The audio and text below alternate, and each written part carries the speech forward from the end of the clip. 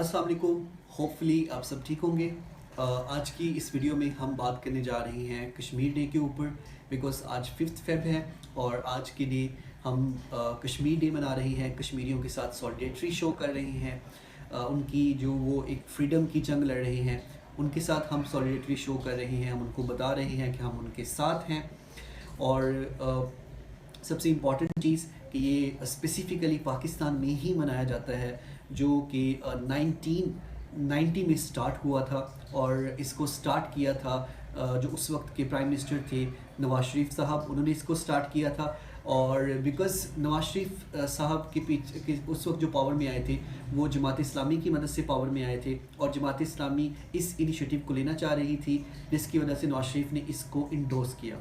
और फर्दर इसका मकसद भी ये था पाकिस्तान की तरफ से इसको लिए जाने का कि दुनिया के सामने जो वहाँ पे ब्रूटैलिटी हो रही है, जो वहाँ पे जुल्म सितम हो रही है, जो भारत वहाँ पे ढा रहा है ये सब कुछ, तो उनको दुनिया के सामने हाईलाइट किया जा सके।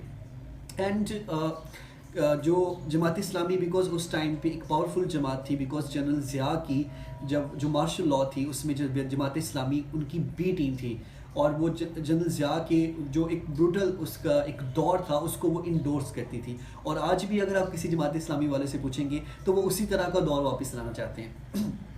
फर्दर जी, जो कश्मीर का अगर हम बैकग्राउंड देखते हैं तो बड़ा डाइवर्स बैकग्राउंड था, वो सिर्फ मुस्लिम्स को ही नहीं रखता था अपने अंदर, वैसे भी मुसलमान तो वहाँ पे पहले थे भी नहीं। अगर हम उसके क्योंकि कश्मीर तो इतना पुराना है कि वो महाभारत में भी उसका जिक्र आता है। फिर जितना उसकी वो फिज़िकली खूबसूरत है, उतनी ही उसके अंदर जो कल्चर डाइवर्सिटी है वो है। जिस तरह अगर हम देखते हैं तो वहाँ पे बुद्धिज़्म भी एक टाइम पे उरूज पे था, वहाँ पे जैनिज़्म भी एक टाइम पे उरूज पे था। तो ऑलमोस्ट 3rd सेंचुरी में उसमें उस वक्त बुद्धिज़्म वहाँ पे उरूज पे था। जो वहाँ पे बुद्धिज़्म के बड़े उस वक्त के गुरु थे, उनका घर कश्मीर में था। फर्दर मिडल एज में जब हम देखते हैं तो तब वहाँ पे जो शाह मीर डायनेस्टी थी वो आई, और वहाँ से मुसलमानों की इब्तिदा हुई। और फिर मुग़ल एम्परर जो अकबर बादशाह थे उनके दौर में उन्होंने कुछ ऐसे स्टेप लिए जब कि वहाँ पे मुसलमानों की आबादी जो थी वो इन्हेंस होना शुरू हो गई। और फिर डेफिनेटली आपको पता है मुग़ल्स ने वहाँ पे इतनी देर जो पावर में रहे हैं मुग़ल्स, और फिर उसके बाद कश्मीरियों को एनेक्स कर लिया। सिखों ने फिर ब्रिटिश और सिखों की वॉर हुई, जिसको हम सिख एंग्लो वॉर भी कहते हैं। तो 1845 में जो वॉर हुई थी, तो उस वॉर में ब्रिटिश जीता था, और ब्रिटिश के जीतने के बाद वहाँ पे ब्रिटिश का रूल हो गया था।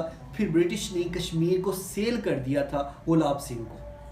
और इस तरह से कश्मीर में जो सिखों का राज रहा, सिखों ने वहाँ पे हुकूमत की, और जो कश्मीर के लास्ट राजा थे राजा हरी सिंह थे। और 1947 में जब पार्टीशन हुई तो ब्रिटिश ने प्रिंसिपल स्टेट को ऑप्शन दे दिया कि वो अगर चाहें तो पाकिस्तान के साथ इल्हाक कर सकते हैं, वो अगर चाहें तो इंडिया के साथ इल्हाक कर सकते हैं। बट क्योंकि जो राजा हरी सिंह थे उनकी जो एफिलिएशन थी वो ज़्यादा हिंदुओं के साथ ज़्यादा थी कंपैरेटिवली टू पाकिस्तान, तो उन्होंने इंडिया के साथ इल्हाक करना पसंद किया। बट जब उन्होंने ये एक्शन लिया तो वहाँ पे क्योंकि मुस्लिम मेजॉरिटी थी, तकरीबन मोर देन 60% वहाँ पे मुस्लिम थे, तो वहाँ पे जो कबायली एक रिवॉर्ड्स था वो खड़ा हो गया, जिसकी वजह से राजा हरी सिंह ने इंडिया से रिक्वेस्ट की कि वो अपनी फ़ौज भेजे और वहाँ पे उस रिवॉर्ड्स को कुचल दे। तो इंडिया ने अपनी फ़ौज भेज दी, फिर उसके बाद इधर से पाकिस्तान ने अपनी फ़ौज भेज दी। तो इस तरह से जी पहली इंडिया और पाकिस्तान की वॉर हुई कश्मीर के ऊपर, जो 1947 में हुई। और फिर दिसंबर में जाके यूएसए की तरफ से उसको सीज़ फायर करवा दिया गया, उसको बंद करवा, उस वॉर को ख़त्म करवा दिया गया, और LOC का एक इजरा हो गया, यानी कि LOC बन के।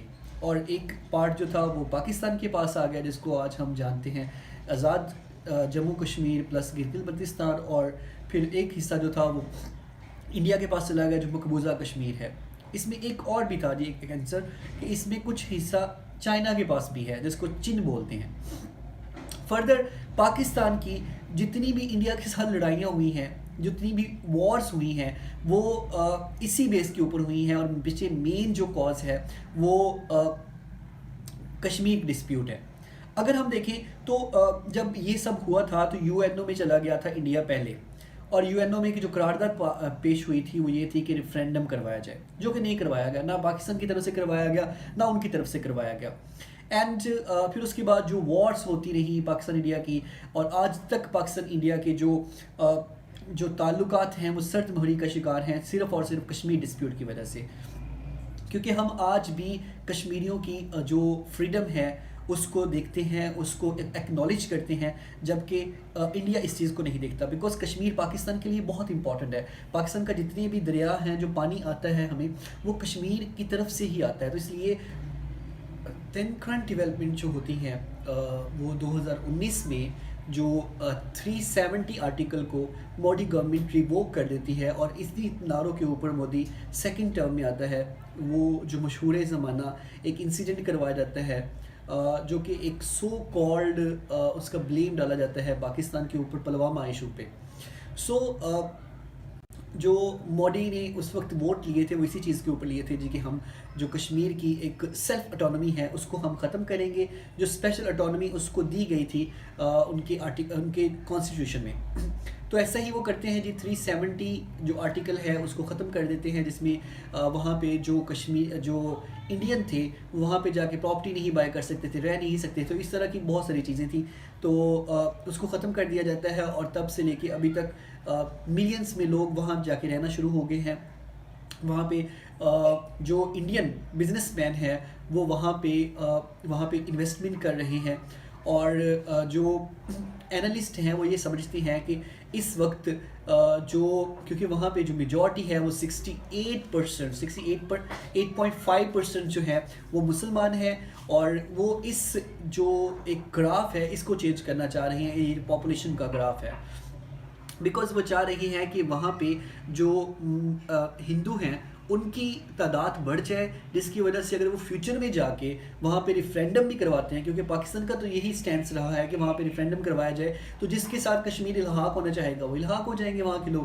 لیکن وہ اسی وجہ سے اب انہوں نے اس پلان کو لے کے وہ چل رہے ہیں کہ فیوچر میں جا کے اگر انہیں ریفرینڈم بھی کروانا پڑے تو جب وہاں پہ ہندوؤں کی تعداد زیادہ ہوگی تو وہ ڈیفینیٹلی انڈیا کے ساتھ الحاق کرنا پسند کریں گے. تو یہ جو کرنٹ ایک ان کا سوچا سمجھی یہ سازش ہے. اینڈ فردر جب ہم دیکھتے ہیں تو کشمیر کے اوپر بہت ظلم کیا گیا ہے. وہاں پہ کسی قسم کی کوئی تحریک کو ابھرنے نہیں دیا جاتا. وہاں پہ اس وقت تقریباً 6 لاکھ فوجیز ہیں وہاں پہ، اور پاکستان کی اوور آل جو پرسنلز ہیں جو فوجیز ہیں وہ 6 لاکھ ہیں. اور وہاں پہ اس جموں کشمیر کے اندر جس کو مقبوضہ کشمیر بھی کہتے ہیں اس میں انڈیا کے 6 لاکھ فوجی ابھی وہاں پہ قابض ہیں. اور کسی بھی قسم کی جب وہ ریزسٹنس کرتے ہیں تو ان کو بہت بے دردی سے کچل دیا جاتا ہے. جس طرح ہم غازہ کو بولتے ہیں تو مقبوضہ کشمیر بھی اس وقت بہت بڑی جیل ہے. ایک تو پاکستان کو ڈیفینیٹلی پاکستان نے ان کے لیے بہت آواز اٹھائی ہے، لیکن اب اور بھی بہتر حکمت عملی کے ساتھ پاکستان کو میدان میں آنا پڑے گا.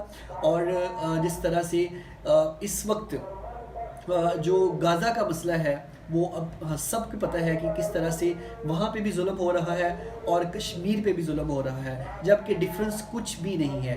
جو اسرائیلی ہیں وہ کہہ کے وہاں پہ بم گراتے ہیں یا وہاں پہ وہ فائر کرتے ہیں، لیکن یہ جو ہے انڈیا والے یہ چوری چھپے کشمیریوں کو مارتے ہیں.